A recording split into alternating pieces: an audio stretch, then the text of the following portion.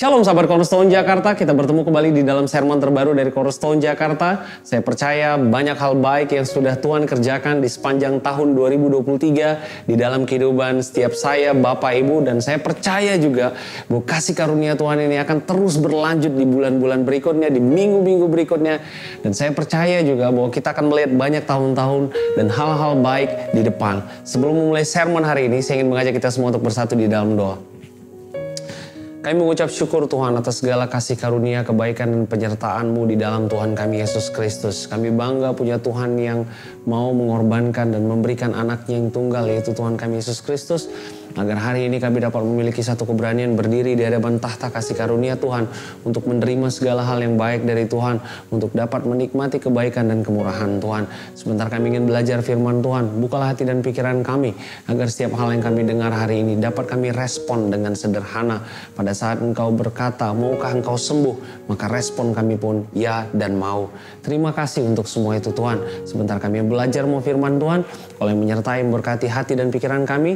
Dan kami percaya Tuhan, ketika firman tadi jadi benih yang baik dalam hati pikiran kami, maka itu akan berbuah 30, 60, dan bahkan 100 kali lipat. Demi nama Tuhan kami Yesus Kristus, kami telah berdoa dan kami telah mengucap syukur. Amin. Bapak Ibu, sermon hari ini adalah merupakan lanjutan dari sermon kita minggu lalu. Jadi bagi Bapak Ibu yang belum sempat mengikuti sermon minggu lalu, berbicara tentang satu tema yang sederhana, berbicara tentang maukah engkau sembuh? Maukah engkau sembuh? Nah, ini akan menjadi bagian yang kedua dari sermon kita minggu lalu, lanjutannya. Minggu lalu kita belajar dari kitab Yohanes 5, bagaimana Tuhan Yesus menyembuhkan satu orang yang mengalami lumpuh selama 38 tahun di kolam Bethesda. Nah, orang ini sudah 38 tahun berbaring, menantikan pengharapannya agar dapat pada saat malaikat datang dan menggoyangkan kolam tadi, dia berharap dia akan dibawa oleh orang lain untuk dapat masuk ke dalam kolam tadi dan agar dia menjadi sembuh. Cerita tadi ada di kitab Yohanes 5 ayat 1 sampai 10. Kita baca sama-sama. Berbicara tentang penyembuhan pada hari Sabat di kolam Bethesda. Ayat yang pertama, sesudah itu ada hari raya orang Yahudi dan Yesus berangkat ke Yerusalem. Di Yerusalem dekat pintu gerbang domba ada sebuah kolam yang di dalam bahasa Ibrani disebut Bethesda. Ada 5 serambinya. Dan di serambi-serambi itu berbaring sejumlah besar orang sakit. Orang-orang buta, orang-orang timpang, dan orang-orang lumpuh yang menantikan goncangan air kolam itu. Minggu lalu kita sudah belajar bahwa ada satu cerita di dalam Alkitab yang menjelaskan kepada kita, menceritakan kepada kita, ada seorang lumpuh, ada suatu situasi, ada backgroundnya pada saat itu adalah kolam Bethesda, di mana dikatakan di situ berbaring sejumlah besar orang sakit. Jadi bukan hanya 1, 2, 3, 5, tetapi di dalam bahasa aslinya dipakai suatu kata yang begitu besarnya. Jadi begitu banyak orang sakit pada saat itu di kolam Bethesda, dan di sana ada 5 serambinya. Dan jenis-jenis penyakitnya ada yang buta, ada yang timpang, dan ada yang lumpuh.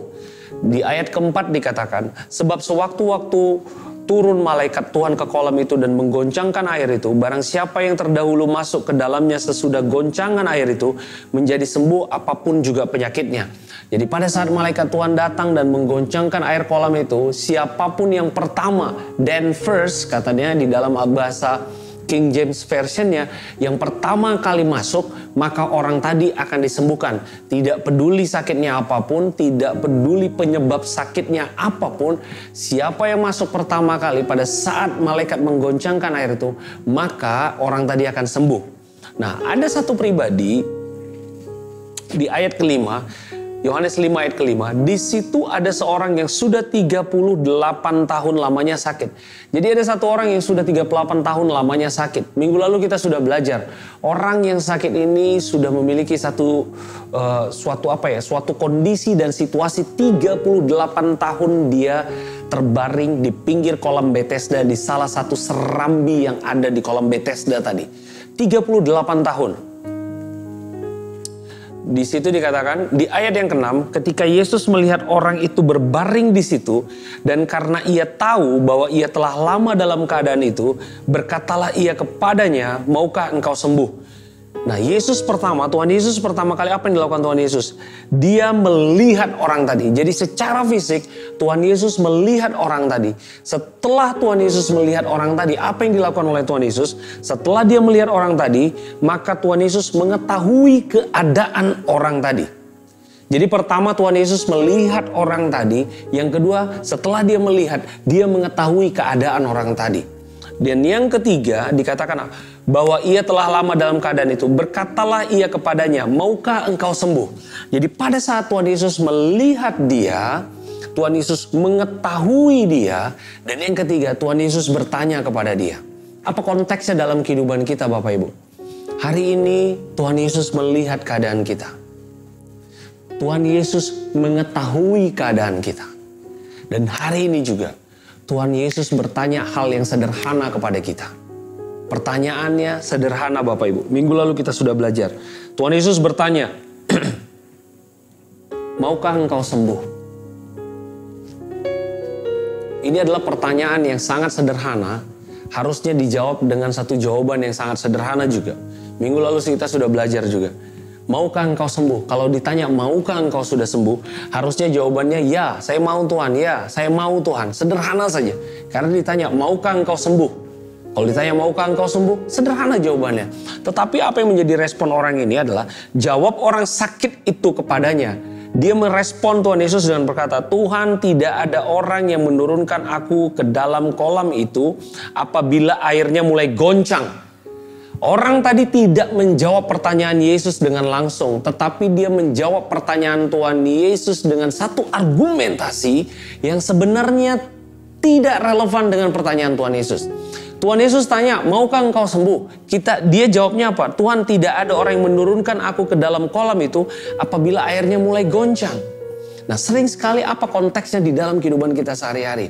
Waktu Tuhan Yesus datang dan menawarkan kasih karunia-Nya kepada kita. Waktu Tuhan datang kepada kita dan menawarkan kasih karunia-Nya kepada kita. Sering sekali jawaban kita itu tidak relevan dengan pertanyaannya. Kalau Tuhan hari ini berkata kepada kita, maukah engkau sembuh? Kita bukan menjawab seperti ini, Tuhan saya sudah mencoba segala pengobatan, Tuhan saya sudah pergi ke semua dokter, semua rumah sakit sudah saya datangi. Bukan itu jawabannya. Tuhan Yesus cuma bertanya, maukah engkau sembuh? Maukah pekerjaanmu kupulihkan? Maukah company-mu kupulihkan? Maukah karirmu kubangkitkan? Maukah keluargamu kupulihkan? Maukah hubunganmu dengan keluargamu juga aku recovery? Harusnya jawabannya jawabannya bukan Tuhan, aku sudah melakukan segala upaya untuk memulihkan hubungan di dalam keluarga ini. Aku sudah melakukan segala upaya untuk aku dapat mempromosi. Bukan. Jawabannya cukup harusnya, ya aku mau Tuhan. Aku siap Tuhan menerima pemulihan dari Engkau. Ya aku siap menerima kesembuhan dari Engkau. Orang tadi yang pertama dia lakukan adalah menyalahkan orang lain atas kondisinya. Kita sudah belajar bahwa tidak boleh orang percaya itu menyalahkan orang lain atas apa yang terjadi di dalam kehidupannya. Kita adalah pribadi yang independen Bapak Ibu, yang bertanggung jawab penuh atas apa yang terjadi dalam kehidupan kita. Karena hidup kita adalah atas pilihan-pilihan yang kita bikin, bukan atas pilihan-pilihan yang orang lain lakukan. Khotbah sekitar 2 tahun lalu kalau saya tidak salah, saya pernah menyampaikan, itu gunanya orang percaya punya plan Bapak Ibu.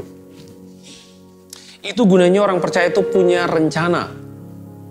Karena kalau kita tidak punya rencana, maka kita akan hidup di atas rencana orang lain.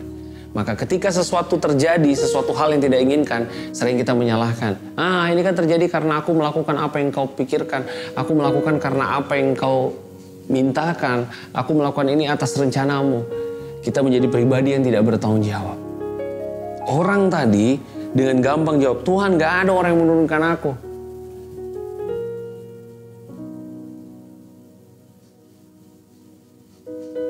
Harusnya dia bisa merespon segera pertanyaan Yesus. Di kalimat berikutnya, dan dikatakan apa? Dan sementara aku, ayat ke-7, Yohanes 5 ayat ke-7. Dan sementara aku menuju ke kolam itu, orang lain sudah turun mendahului aku. Minggu lalu kita sudah belajar. Orang ini kembali. Tadi pertama dia menyalahkan orang lain. Yang kedua adalah dia mengandalkan perbuatannya. Dia mengandalkan kekuatannya. Pada saat dia berkata, dan sementara aku menuju ke kolam itu. Hari ini Bapak Ibu, saya ingin menegaskan dan memberitahu kepada Bapak Ibu, kepada saudara-saudaraku, Berhenti mengandalkan kekuatan kita. Ketika dia berkata, sementara aku menuju kolam itu, sementara aku melakukan hal-hal ini, aku melayani di gereja, aku memberi di gereja, aku melakukan ini. Berhenti mengandalkan perbuatan baik kita.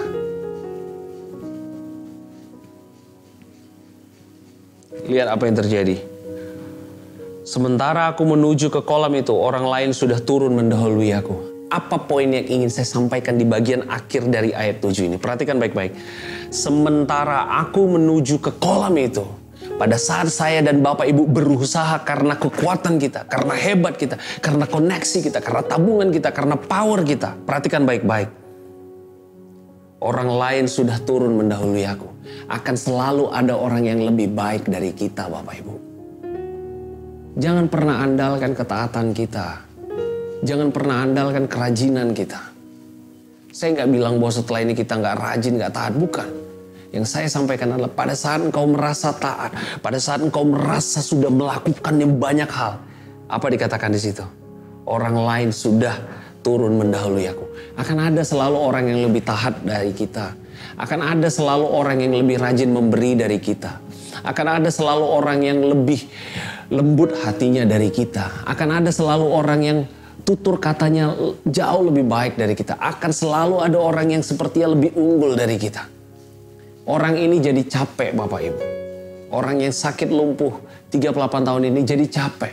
Karena dia selalu mengkompet dirinya dengan orang lain.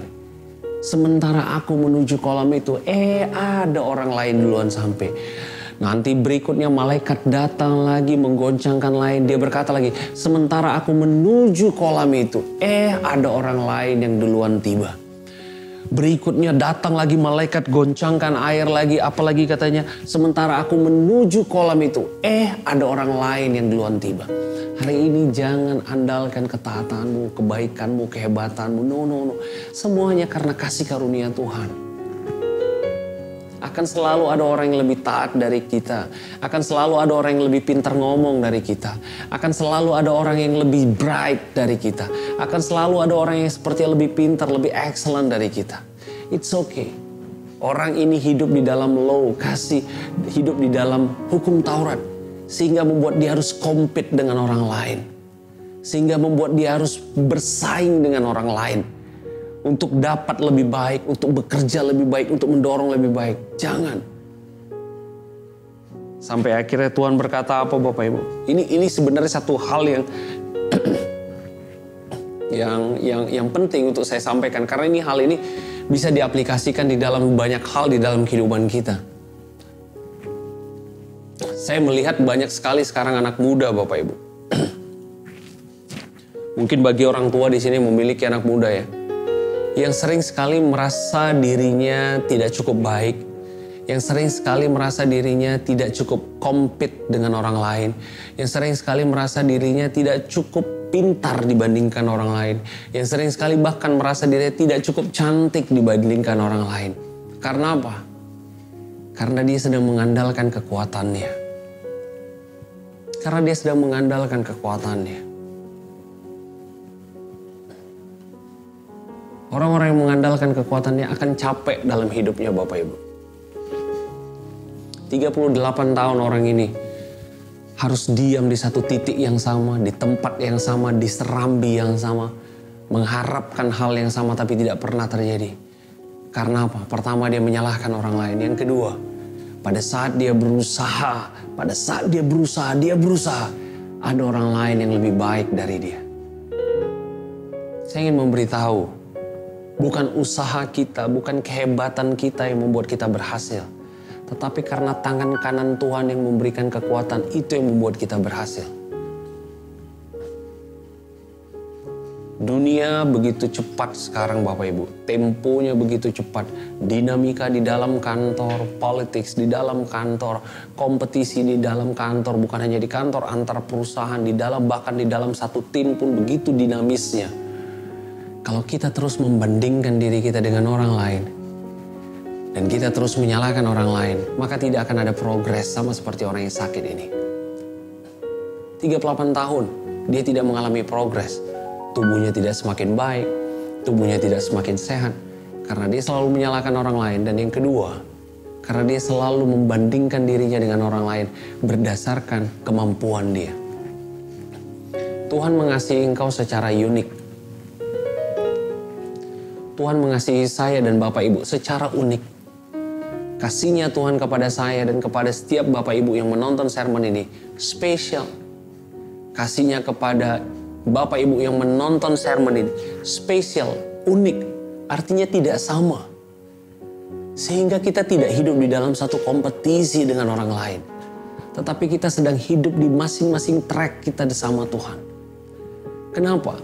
Ketika kita melihat hidup ini sebagai sebuah kompetisi yang berat Bapak Ibu. Itu sebenarnya di sisi lain kita sedang melihat bahwa penyediaan itu terbatas. Makanya kita melihat kompetisi itu begitu tinggi. Tetapi orang-orang yang hidup di dalam kasih karunia Tuhan, dia melihat supply yang tidak terbatas dari Tuhan. Jadi dia tidak akan membandingkan hidupnya dengan hidup orang lain. Karena dia tahu Allah yang dia sembah, Tuhan yang dia sembah itu adalah Tuhan yang unlimited God, yang tidak terbatas. Artinya apa? Ketika Tuhan memberkati orang lain lebih, itu tidak membuat berkat saya jadi berkurang. Amin Bapak Ibu. Saya berharap Bapak Ibu mengerti. Orang tadi stuck di satu cara berpikir yang sama. Apabila air mulai menggonjang, sementara aku menuju ke kolam itu, orang lain sudah turun mendahului aku. Hari ini berhenti berkompetisi dengan cara dunia ini Bapak Ibu. Kasih karunia Tuhan lebih besar daripada kemampuan kita untuk berkompetisi di dunia ini. Amin.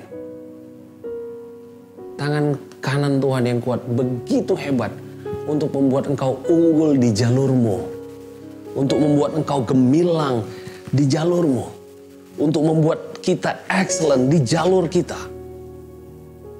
Sehingga kita tidak akan berkata lagi, ketika sementara aku menuju kolam itu, ada orang lain mendahului aku. Sehingga itu tidak membuat kita stres ketika ada orang berhasil. Ataupun membuat kita jadi happy kalau ada orang lain yang tidak berhasil. Karena kita tahu kita sedang berjalan di jalur kasih karunia Tuhan. Kita sedang berjalan di jalur kasih karunia Tuhan. Suatu jalur yang begitu banyak hal baik di dalamnya. Suatu jalur yang begitu banyak hal-hal indah di dalamnya. Sehingga membuat kita tidak mau fokus kepada apa yang orang lain miliki.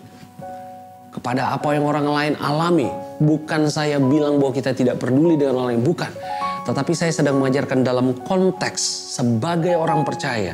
Sebagai orang di dalam hidup yang sudah diselamatkan, dimerdekakan. Jangan lagi mau hidup berdasarkan upaya kita, usaha kita. Semuanya karena kasih karunia-Nya. Karena kalau enggak hidup ini capek Bapak Ibu. Capek. Orang-orang muda yang begitu agresif ingin mendapatkan impiannya, saya khawatir mereka akan layu sebelum berkembang. Karena mereka tidak tahu apa yang mereka perjuangkan. Kita adalah orang-orang yang hidup di dalam kebaikan dan kemurahan Tuhan. Sampai akhirnya di ayat ke-8, kata Yesus kepadanya, kata Yesus kepada orang yang sakit lumpuh tadi yang sudah 38 tahun. Kata Yesus kepadanya, akhirnya Tuhan Yesus menyampaikan satu firman kepada dia. Tadi di ayat yang ke-6, Tuhan Yesus masih bertanya, maukah engkau sembuh? Setelah ditanya, maukah engkau sembuh? Respon orang tadi adalah penjelasannya. Pertama dia menyalahkan orang lain. Yang kedua adalah dia mengandalkan kekuatannya. Sampai akhirnya di ayat ke-8 kata Yesus kepadanya, bangunlah, angkatlah tilammu dan berjalanlah. Tuhan Yesus menyampaikan firman-Nya. Apa yang keluar dari mulut Tuhan Yesus adalah roh dan kehidupan. Apa yang disampaikan Tuhan Yesus adalah sesuatu yang memerdekakan. Perhatikan baik-baik, disampaikan Tuhan Yesus bilang, kata Yesus kepadanya, bangunlah, angkatlah tilammu dan berjalanlah. Bangunlah, angkatlah tilammu dan berjalanlah. Ada 3 instruksi yang diberikan oleh Tuhan Yesus. Bangunlah, angkatlah tilammu dan berjalanlah. Kita lompat sebentar ke Mazmur 107 Bapak Ibu. Mazmur 107 di ayat 20 berkata demikian. Mazmur 107 ayat 20 berkata demikian. Disampaikannya firman-Nya dan disembuhkannya mereka, diluputkannya mereka dari liang kubur. Saya sampaikan sekali lagi, Mazmur 107 ayat 20. Disampaikannya firman-Nya dan disembuhkannya mereka, diluputkannya mereka dari liang kubur. Disampaikannya firman-Nya dan disembuhkannya mereka. Kita balik ke Yohanes tadi. Ke kitab Yohanes tadi, Yohanes 5. Jadi disampaikannya firman-Nya, disembuhkannya mereka. Nah, di ayat ke-8 tadi, disampaikan Yesus firman-Nya. Apa firman-Nya? Bangunlah, angkatlah tilammu, dan berjalanlah. Pada saat Tuhan Yesus menyampaikan firman-Nya, tugas pertama kita adalah menerima dan mempercayai apa yang disampaikan Tuhan. Bukan mengolahnya, Bapak Ibu. Kesalahan orang percaya sering sekali ketika disampaikan firman, yang dia lakukan adalah kognitifnya yang jalan, dicernanya. Mungkin gak ya? Mungkin gak ya? Walau serebah, walau banyak yang rebah di kiri kananmu itu tidak akan menimpamu. Mungkin gak ya? Walau ada penyakit sampar, ada panah yang terbang di waktu petang. Mungkin gak ya saya gak kena? Resesi begitu besar, bahwa engkau company akan mengalami banyak masalah. Mungkin gak ya aku gak kena? Logikanya gini deh, logikanya kan resesi ini global. Pasti kena sih company-ku, pasti kena sih company-ku. Sering sekali pada saat disampaikan firman-Nya, yang kita lakukan adalah bukan menerima dan percaya. Tetapi yang kita lakukan adalah logik kita yang jalan. Jangan. Pada saat disampaikannya firman-Nya, disembuhkannya mereka.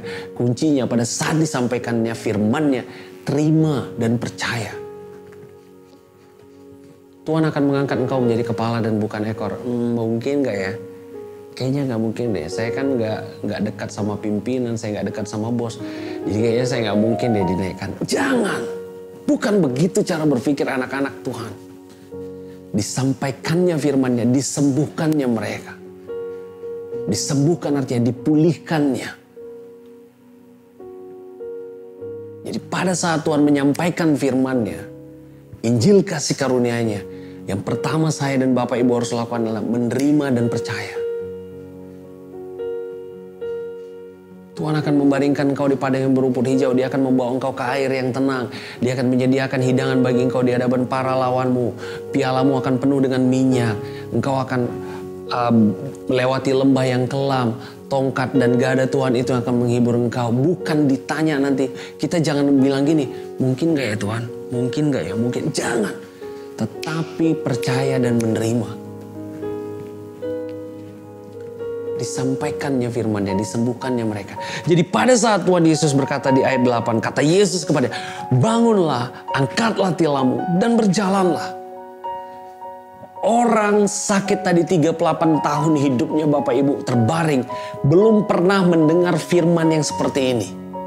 Yang sering dia dengar pasti, waduh kasihan ya kamu udah 38 tahun, aduh kamu gak punya harapan lah, kamu gak punya kesempatan lagi untuk bisa menikmati hidup dan lain-lain. Udahlah kamu akan bakal di sini aja, kamu sakitnya lumpuh, gak ada yang bisa bawa kamu ke kolam tadi pada saat ada malaikat yang menggoncangkan airnya. Udahlah terima aja. Pasti kalimat-kalimat seperti itu yang sering muncul di telinga dia selama 38 tahun. Orang-orang hanya mengasihani dia. Tetapi berbeda dengan apa yang disampaikan Tuhan Yesus. Tuhan Yesus bilang apa Bapak Ibu? Dibilang Tuhan Yesus apalah? Bangunlah, angkatlah tilammu dan berjalanlah. Orang tadi pasti belum pernah mendengar firman seperti ini. Ahli-ahli Farisi, mungkin ahli-ahli Taurat yang melewati serambi-serambi di kolam Bethesda tadi. Gak pernah ada yang berkata, hei bangunlah, angkatlah tilammu dan berjalanlah. Tapi hari itu, dia mendengarkan firman. Hari itu dia mendengarkan firman yang hidup. Hari itu dia menerima roti yang hidup. Hari itu dia menerima air yang ketika diminum dia tidak akan pernah haus lagi. Hari itu dia bertemu dengan healer, penyembuhnya. Orang 38 tahun sakit terbaring Bapak Ibu. Pasti, saya sudah pernah sampaikan, otot-ototnya memendek. 38 tahun. Dan bahkan kakinya pun pasti mengecil. Mengecil. Kalau kita pernah mengunjungi orang yang sakit, sudah berbulan-bulan di rumah sakit, dia gak bisa menggerakkan kakinya untuk waktu yang lama, pasti kakinya mengecil. Otot-ototnya memendek. Otot belakangnya, otot tulang belakangnya memendek. Lehernya sakit, pasti di belakangnya ini penuh dengan gatal-gatal. Karena harus terbaring sepanjang hari selama 38 tahun. Tangannya pun mungkin mengecil karena gak bisa bergerak banyak. Karena dia harus terbaring. Begitu miris kondisi orang tadi sebelum dia bertemu dengan Yesus. Begitu mengerikan kondisi orang tadi sebelum dia bertemu dengan Yesus. Sampai didengarnya firman yang hidup. Mungkin sebelumnya sudah banyak ahli Farisi, ahli Taurat yang mengkhotbahi mereka dengan hukum Taurat, bla bla bla bla bla bla. Kamu berdosa karena kamu gini, kamu berdosa, penyakit ini ditimpakan Tuhan terhadap engkau karena engkau melakukan hal yang negatif. Penyakit ini dititipkan Tuhan kepada engkau karena engkau melakukan hal-hal yang jahat. Mungkin dia sering menerima statement-statement seperti itu. Tetapi hari itu dia bertemu dengan Yesus dan Yesus berkata apa? Bangkitlah, angkatlah tilammu dan berjalanlah. Hari ini Bapak Ibu pastikan bahwa firman yang saya dan Bapak Ibu dengar adalah firman yang hidup. Firman yang membawa damai sejahtera, bukan firman yang membawa ketakutan. Bukan firman yang mendikte, bukan firman yang mengintimidasi. Tetapi firman yang memerdekakan, firman yang membawa kepada kebenaran. Pada saat mendengar bangkitlah, angkatlah tilammu dan berjalanlah. Orang tadi mungkin bingung, hah? Bangkit? Hah? Udah bisa bangkit langsung disuruh ngangkat tilam. Waduh Tuhan, ini udah 38 tahun loh. Tangan saya ini gak pernah saya pakai. Udah 38 tahun gak dipakai. Disuruh bangkit, diangkat tilamnya. Terus Tuhan bukannya bilang langsung latihan jalan dulu kek. Apa coba step-step kecil. Coba jalan di tempat dulu. Apa kek gitu Tuhan. Apa yang dikatakan, apa yang dilakukan Yesus? Bangkitlah, angkatlah tilammu dan berjalanlah. Ketika Tuhan berkata demikian Bapak Ibu, respon orang ini sederhana. Pada saat dia mendengar firman, terjadi transformasi di dalam dirinya. Terjadi perubahan di dalam pikiran dan jiwanya. Di ayat ke-9, dan pada saat itu juga sembuhlah orang itu, lalu ia mengangkat tilamnya dan berjalan. Tetapi hari itu hari Sabat. Perhatikan baik-baik. Yang membuat orang ini sembuh adalah perkataan Yesus. Yang membuat orang ini sembuh bukanlah upayanya. Upayanya tadi ada di ayat yang ke-7. Tuhan mau bilang, udah berhenti mengandalkan upayamu. Udah berhenti mengandalkan segala usahamu. Berhenti mengandalkan usahamu agar engkau sehat. Lihat, dengarkan aku baik-baik. Bangkitlah, angkatlah tilammu dan berjalanlah. Apa yang terjadi? Ayat 9. Dan pada saat itu juga sembuhlah orang itu, lalu ia mengangkat tilamnya dan berjalan. Orang tadi mendengar firman yang hidup. Orang tadi mendengar kasih karunia itu langsung dari sumbernya. Pada saat dia mendengar, kalau di ayat sebelumnya tadi, di ayat ke-6, Tuhan Yesus masih bertanya, belum menyampaikan firman-Nya. Tuhan Yesus masih bertanya, maukah engkau sembuh? Dan apa yang dia balas? Di ayat ke-7 dia menyalahkan orang lain dan dia mengandalkan kekuatannya. Di ayat ke-8 Tuhan Yesus berkata apa? Bangunlah, angkatlah tilammu dan berjalanlah. Di ayat yang ke-9 dia sehat dan sembuh.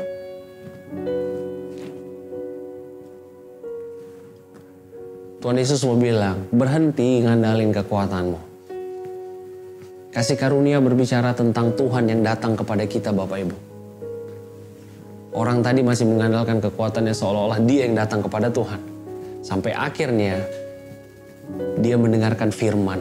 Apa firmannya? Bangkitlah, angkatlah tilammu dan berjalanlah. Pada saat dia mendengar firman kasih karunia dari Tuhan, Pada saat dia mendengar firman yang memberikan pengharapan, firman yang memberikan kehidupan, firman yang memberikan suatu kekuatan, apa yang terjadi? Dia sehat dan sembuh. Dan saya tertarik sekali bagaimana Alkitab mencatatnya di ayat 9, di Yohanes 5 ayat 9. Dan pada saat itu juga sembuhlah orang itu, lalu ia mengangkat tilamnya dan berjalan. Perhatikan baik-baik. Di ayat yang sebelumnya tadi dibilang Tuhan apa? Bangunlah, angkatlah tilammu dan berjalanlah. Dan di ayat ke-10, orang tadi melakukan persis sama dengan apa yang Yesus instruksikan. Dia mengangkat tilamnya, lalu dia apa? Dikatakan dia mengangkat tilamnya dan berjalan. Hari ini Bapak Ibu, apa yang membuat hidup kita teratur? Adalah pada saat kita mendengarkan Injil kasih karunia Tuhan. Tuhan berkata, bangkitlah, angkatlah tilammu dan berjalanlah. Respon orang tadi benar. Apa yang dia lakukan? Dia bangkit, dia melipat tilamnya, dan dia berjalan. Artinya apa? Pendengaran dia akan kasih karunia Tuhan. Telinga yang dia condongkan kepada apa yang Yesus katakan, membuat hidupnya menjadi hidup yang teratur. Dia nggak berjalan dulu lalu mengangkat tilamnya. Tetapi dia bangkit dulu, lalu dia mengangkat tilamnya, lalu dia berjalan. Hari ini, pastikan yang saya dengar dan Bapak Ibu dengar adalah Injil kasih karunia Tuhan. Dan engkau akan melihat hidupmu akan teratur. Hidupmu akan mulai diatur oleh Tuhan. Hidupmu berlahan-lahan akan mulai melihat semakin teratur, dan semakin teratur. Tuhan akan merapikan keuanganmu. Tuhan akan merapihkan kesehatanmu. Tuhan akan merapihkan pekerjaanmu. Tuhan akan merapihkan hubunganmu yang selama ini mungkin kusut. Tuhan akan merapihkan company-mu mungkin yang selama ini sudah tidak mati suri, yang sudah lama tidak dipegang, tidak diusahakan. Tuhan akan merapihkan semuanya. Membuat urutannya sesuai dengan apa yang dia katakan. Bangkitlah, angkatlah tilammu dan berjalanlah. Orang tadi merespon dengan luar biasa. Dia bangkit, dia melipat tilamnya, dan dia berjalan. Perhatikan baik-baik, pada saat engkau mendengarkan Injil kasih karunia Tuhan, pada saat saya dan Bapak Ibu mencondongkan telinga kita kepada kasih karunia Tuhan, maka apa yang terjadi? Kita belajar untuk meninggalkan comfort zone kita. Kita belajar untuk meninggalkan zona nyaman kita. Tilam tadi berbicara tentang zona nyaman. 38 tahun tilam tadi sudah menjadi saksi bisu terhadap apa yang terjadi pada orang tadi. 38 tahun tilam tadi menjadi support system bagi si orang yang sakit tadi. Dan Tuhan mau bilang gini, tilam itu telah menjadi zona nyamanmu. Aku mau perintahkan sekarang, bangkitlah, angkatlah tilammu, buang dan berjalanlah. Dan jangan kembali kepada tilammu. Artinya apa? Tuhan mau mengangkat dan mengeluarkan saya dan Bapak Ibu keluar dari comfort zone kita. Lipatlah tilammu, angkatlah tilammu. Artinya apa? Angkat masa lalumu. Angkat dan jangan biarkan kita lagi terjebak di dalam masa lalu. Jangan biarkan kita lagi terjebak di dalam masa-masa lampau. Kejadian-kejadian di masa lalu. Pemikiran-pemikiran yang masa lalu. Jangan. Angkatlah tilammu. Keluar dari zona nyamanmu. Berjalanlah. Tuhan mau bilang bahwa kehidupan tidak hanya ada di kolam Bethesda. Bahwa kehidupan tidak hanya ada di 5 serambi tadi. Tuhan mau bilang jalan sekarang. Lihat dunia. Nyatakan kepada dunia. Lihat banyak hal baik di luar kolam Bethesda tadi. Karena orang tadi sudah 38 tahun terbaring di pinggir kolam Bethesda. Di atas suatu tilam. Tilam tadi menahan dia. Zona nyaman tadi menahan dia. Sehingga dia tidak mampu melihat ada hal baik di luar kolam Bethesda tadi. Dia gak mampu melihat ada sisi lain dari dunia. Dia gak mampu melihat ada banyak hal baik di dalam bait Allah pada saat itu. Hari ini Tuhan berkata kepada saya dan Bapak Ibu kepada kita. Bangkitlah. Lipat comfort zone kita. Dan berjalan. Lihat ada penyertaan Tuhan di luar comfort zone. Sama seperti bangsa Israel pada saat mereka keluar dari tanah Mesir. Tanah Mesir menjadi comfort zone mereka. 400 tahun mereka dijadikan budak. Itu membuat mereka nyaman. Makan dapat, tempat tinggal dapat. Udahlah mau gimana lagi. Hei, kata Tuhan. Ada tanah Kanaan yang lebih baik. Ada satu tanah perjanjian yang lebih baik, yang kaya susu, yang kaya madu, yang kaya buah-buahannya, yang banyak, yang subur tanahnya. Itu yang mau saya berikan kepada engkau. Aduh Tuhan, di sini aja kita udah cukup. Sampai Tuhan harus memberikan suatu pertunjukan 10 tulah. Tuhan sedang mau memberikan, menaikkan confidence level, rasa percaya diri, rasa percaya umat Tuhan pada saat itu kepada dia dengan memperlihatkan 10 tulah. Sehingga pada saat Tuhan melalui Musa membawa mereka keluar dari tanah Mesir menuju tanah Kanaan, Tuhan berharap mereka mempercayai penyediaan Tuhan, mereka mempercayai kekuatan Tuhan, mereka mempercayai apa yang Tuhan kerjakan bagi mereka. Sayangnya hati mereka tetap degil pada saat itu. Hati mereka tetap tinggal di Mesir. Raga dan fisiknya sudah keluar dari Mesir. Tapi Mesir sendiri tidak keluar dari pikiran mereka. Comfort zone itu tetap tinggal di dalam pikiran mereka. Sehingga mereka harus berputar-putar di tempat yang sama selama 40 tahun. Sama seperti orang yang sakit lumpuh tadi Bapak Ibu. 38 tahun dia terus terbaring di pinggir kolam Bethesda. Gak mengharapkan, gak melihat ada perubahan. Dia hanya mau menyalahkan orang lain. Dia hanya mau mengandalkan kekuatannya. Sampai akhirnya Yesus datang sebagai roti dan air yang hidup bagi dia. Dan Tuhan Yesus berkata, bangkitlah, angkatlah tilammu dan berjalanlah. Dan pada saat dia mendengar firman Injil kasih karunia Tuhan, yaitu Yesus sendiri yang berbicara kepada dia, maka apa yang dikatakan di Mazmur 107 ayat 20 tadi, disampaikannya firmannya, disembuhkannya mereka. Dia mendengar dan seketika itu juga dia menjadi sembuh. Pada saat dia sembuh, hidupnya menjadi teratur. Apa yang dia lakukan? Dia berdiri, mengangkat tilamnya dan berjalan dan meninggalkan zona nyamannya. Hari ini Bapak Ibu, apapun yang menahan engkau, saya ingin menyampaikan, jangan biarkan itu terjadi. Tuhan ingin mengeluarkan engkau dari comfort zone dan men-stretch saya dan Bapak Ibu, menarik saya dan Bapak Ibu untuk masuk ke level yang berikutnya. Tuhan bertanya, maukah engkau ku promosi? Maukah engkau ku angkat? Maukah engkau ku berikan level yang baru? Maukah engkau ku bawa ke suatu tanah perjanjian yang baru? Hari ini saatnya saya dan Bapak Ibu merespon pertanyaan Tuhan tadi dengan berkata, ya Tuhan, aku mau. Ya Tuhan, aku siap. Ya Tuhan, aku ready. Amin. Saya ingin menutup dengan hal yang sederhana Bapak Ibu.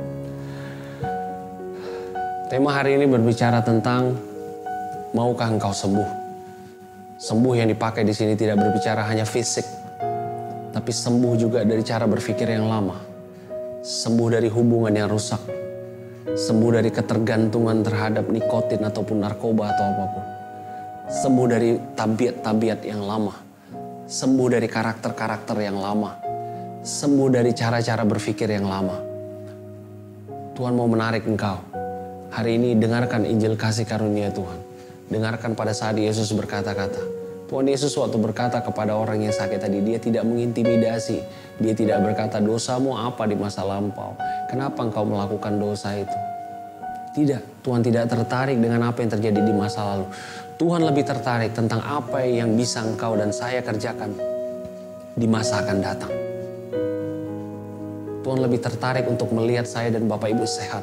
Tuhan lebih tertarik untuk melihat saya dan Bapak Ibu diberkati. Tuhan lebih tertarik untuk melihat saya dan Bapak Ibu mengalami progres peningkatan. Apapun yang menahan kita saat ini, pastikan jika itu bertentangan dengan apa yang Tuhan janjikan, tinggalkan Bapak Ibu. Tuhan mau mempromosikan kita, Tuhan mau memberikan kita umur yang panjang, Tuhan mau memberikan kita kesehatan, Tuhan mau Dia mau memberikan segala hal yang Dia miliki Bapak Ibu. Intinya di kita sekarang, pada saat Dia bertanya, maukah engkau sembuh?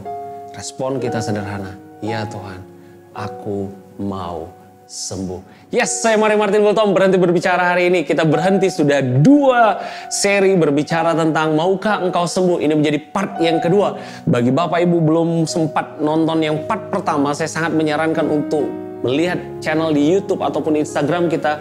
Di bagian pertama berbicara tentang maukah engkau sembuh. Karena ini akan menjadi suatu hal yang menguatkan bagi setiap kita, dan ini menjadi suatu hal yang membuat hati dan pikiran kita untuk terus bangkit untuk melihat level-level yang baru, promosi dari Tuhan, segala hal yang baik dari Tuhan. Saya ingin menutup sermon ini, saya ingin mengajak kita semua untuk bersatu di dalam doa. Bapak yang kami kenal dan kami sembah di dalam nama Tuhan kami Yesus Kristus. Kami bangga punya Tuhan seperti Engkau. Kami mau selalu tinggal di dalam kasih karunia-Mu. Kami mau selalu menjawab, ya Tuhan aku mau, ya Tuhan aku siap. Pada saat Engkau berkata, maukah Engkau sembuh? Terima kasih Tuhan, Engkau menawarkan satu pertanyaan yang begitu sederhana dan kami pun mau menjawabnya dengan sangat sederhana. Terima kasih dan terima kasih Tuhan untuk setiap hubungan yang sudah dipulihkan, untuk setiap sakit penyakit yang sudah Engkau sembuhkan, untuk setiap kekurangan yang sudah Kau supply sehingga berkelimpahan, untuk setiap promosi yang sudah Kau berikan, untuk setiap peningkatan yang sudah Kau berikan. Terima kasih dan terima kasih Tuhan Yesus. Segala puji hormat syukur hanya bagi-Mu. Demi nama Tuhan kami Yesus Kristus kami telah berdoa dan kami telah mengucap syukur. Amin. Saya ingin mengingatkan kembali Bapak Ibu bahwa Cornerstone Jakarta kembali sudah ada ibadah offline ya, setiap hari Jumat jam 12 siang di Gedung Atria Ed Sudirman. Jam 12 siang di Gedung Atria Ed Sudirman. Bagi Bapak Ibu yang ada di wilayah Jakarta, Jabodetabek, silakan untuk kita dapat berfellowship bersama, bertemu setiap hari Jumat di Gedung Atria Ed Sudirman. Saya Mario Martin Kultom, berhenti berbicara hari ini. Kita bertemu lagi di dalam sermon selanjutnya. Tuhan Yesus mengasihi engkau, Tuhan Yesus memberkati engkau. God bless you and see you.